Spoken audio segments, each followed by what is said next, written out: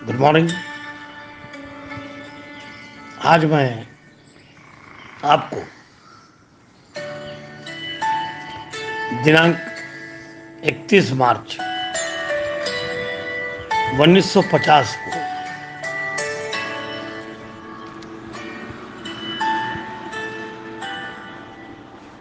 दिनांक 31 मार्च 1950 को डॉक्टर बाबा साहेब आम्बेडकर इनकी मुलाकात के लिए उनके दिल्ली के निवास स्थान पर प्रसिद्ध उद्योगपति डॉक्टर जे डी बिरला, इनके बड़े बंधु जुगल किशोर बिरला मुलाकात लेने बाबा साहब के दिल्ली के निवास स्थान पर आए थे। भैया, आपने दिल्ली का निवास स्थान देखे कि नहीं? कितना बड़ा निवास स्थान है बाबा साहब आम्बेडकर का। तो भाई, इतिहास के पन्ने के लिए आप जाकर देखो, अभ्यास करो, वहां रहो और अच्छी इंफॉर्मेशन निकालो। उसका फायदा समाज को होता है और अच्छे से समझाओ तो बहुत समझदारी होती है। चीड़ के समझाओगे तो नहीं समझती, दूरी होती है, और प्रेम से समझाओ तो सब समझता है।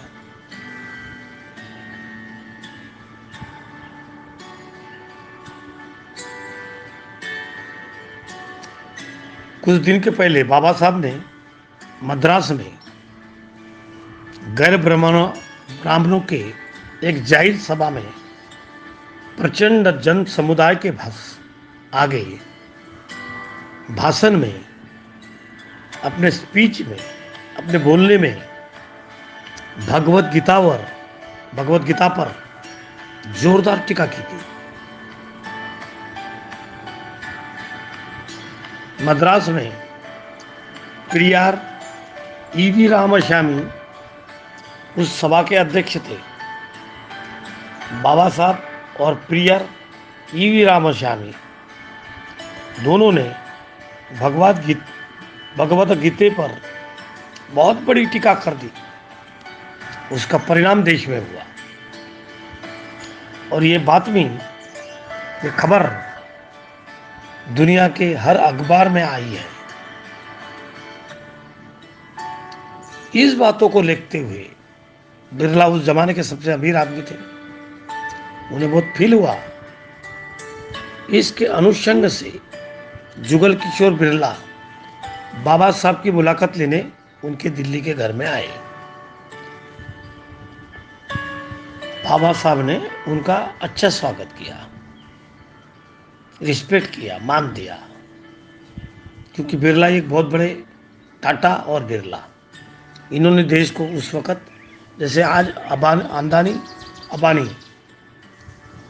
है, वैसे उस समय टाटा बिरला।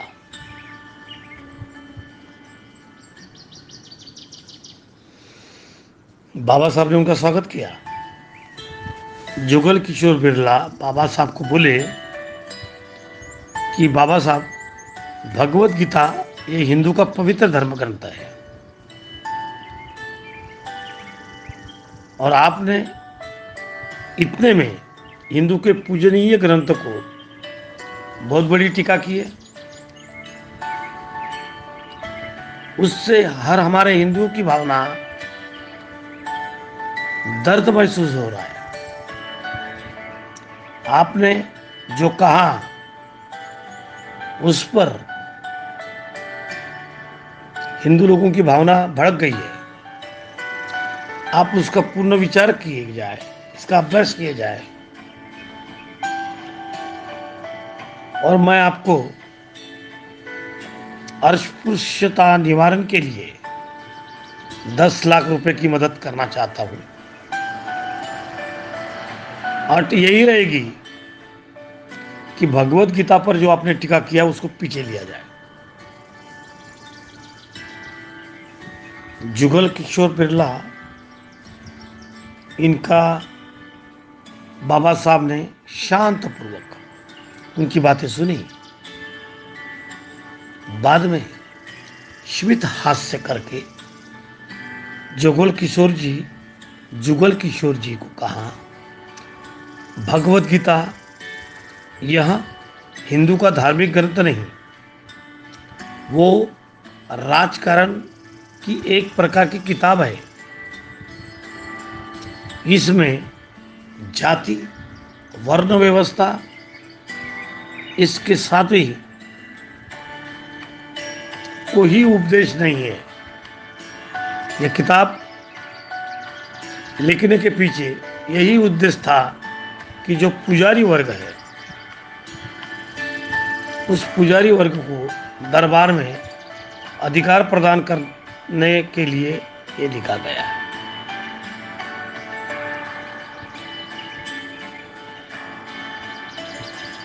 जब तक के राजकारण में इस किताब की पुस्तकें पढ़ी दी जाए, उनकी महंती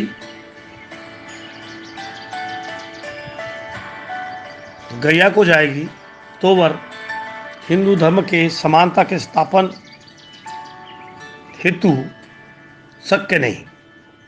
इस किताब की साक्ष्य कर्म व ज्ञान, इनका अर्थ पथभ्रष्टता दर्शन है। गीता पर कर्म सिद्धांत यह देश हित के दृष्टिकोण से धोखादायक है। यह किताब नया ऐसा कुछ भी नहीं। यहाँ अध्यात्म का उद्देश्य किया हुआ नहीं, कहीं धार्मिक उद्देश्य नहीं किया है। तो एक बहुत बड़े समाज को, जन समुदाय को अज्ञानी गुलाम रखने के लिए राजकारण इसमें है।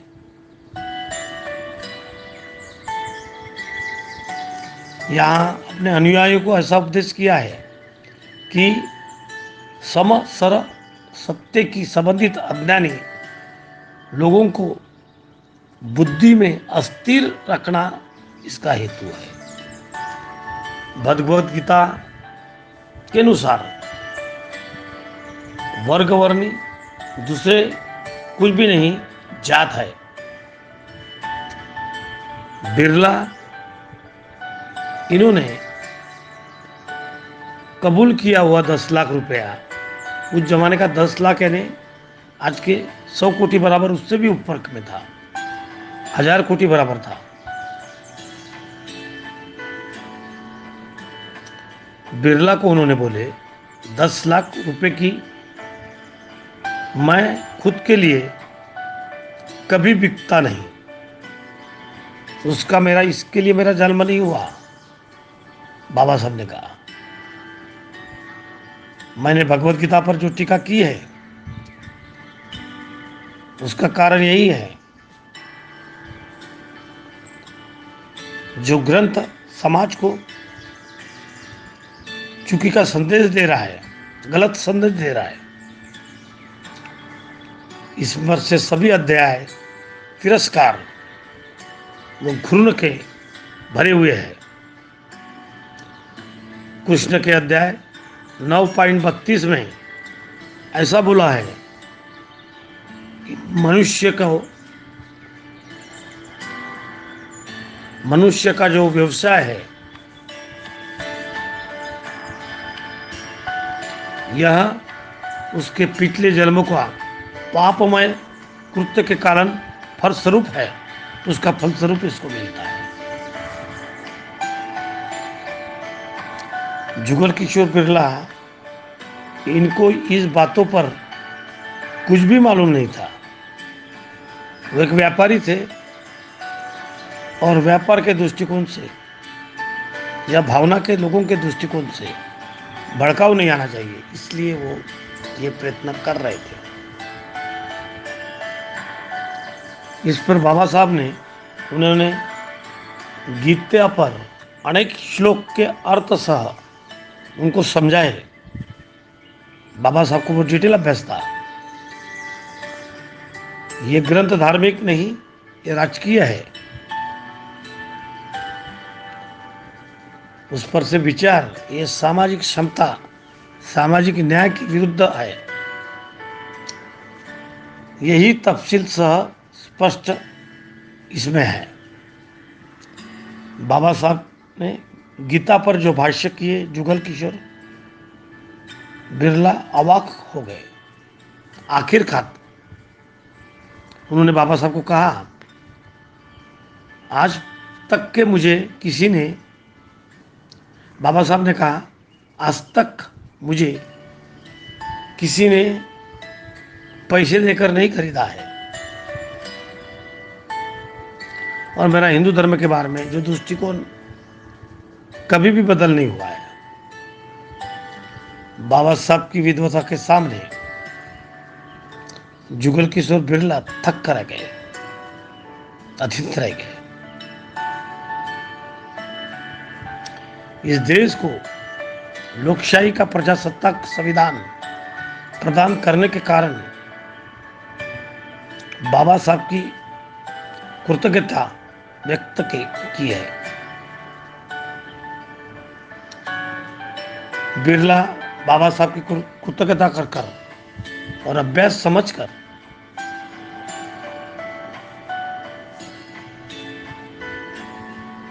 बाहर निकल गए।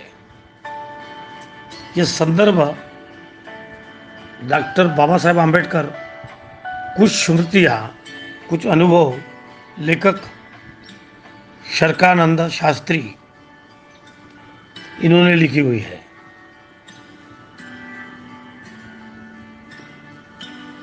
हमारे दोस्तों, बहुत सारी बात हमें पता होना चाहिए।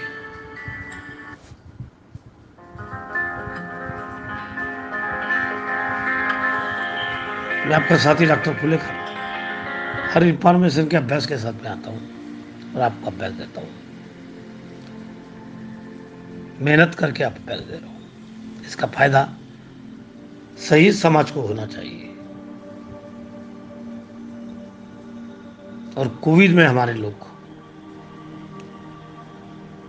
इस अभ्यास से एक नया जन्म लेना चाहिए, सुधरना चाहिए, जिसे समाज को परिवर्तन होना चाहिए, धम्म को परिवर्तन होना चाहिए, संघ को परिवर्तन होना चाहिए। इतिहास के पन्नों में जो सही बात है वही बोली जानी चाहिए और वही समझना चाहिए। तो लेखक शंकरानंद शास्त्री का मैं अभिनंदन करता हूँ, जो आज नहीं है। बाबा साहब, उन्होंने संदर्भ में डॉक्टर बाबा साहब आम्बेडकर, कुछ श्रुतियाँ, कुछ अनुभव शंकरानंद शास्त्री जो लिखे हैं,